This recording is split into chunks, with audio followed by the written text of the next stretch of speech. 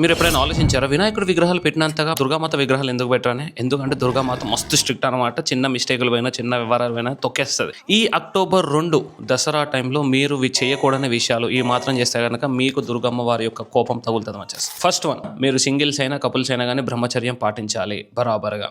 సెకండ్ది, గాంజాయి, weed, drugs, drinks ఇవన్నీ అసలు టచ్ చేయకూడదు. ఎందుకంటే బికాస్ ఆఫ్ దీస్ బాగా నెగిటివ్ ఎనర్జీ మీ ఇంట్లోకి మీ బాడీలోకి వచ్చే ఛాన్సెస్ ఉంటాయి. అందుకు దూరంగా ఉండాలి. మూడోది, మీ ఇంట్లోంచి మీరు బయటికి ఎప్పుడైనా సిచ్యువేషన్లో వెళ్ళాల్సి వస్తే ఇంట్లో మాత్రం ఎవరినో ఒకరిని పెట్టాలి. ఎందుకు అంటే ఈ రోజున there is a wide spread saying that మన ఇంటికి దుర్గమాత వస్తుంది అని చాలామంది అనుకుంటూ ఉంటారు అనమాట.